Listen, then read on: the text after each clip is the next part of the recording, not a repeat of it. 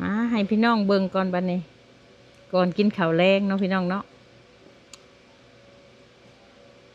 สบายดียามแรงเด้อทุกคน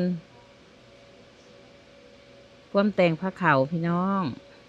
นี่เด้อันนี้ก็เป็นออมสิ้นหมูแล้วก็มีซุปหน่อไม้แหน่มื้อนี้มีจืนเขียดแห้งแหน่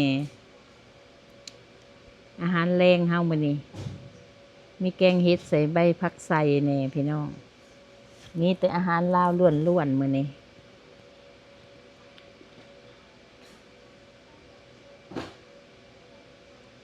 อันนี้ก็เป็นแจ่วผักหอมป้อมใส่มะเขือแห้ง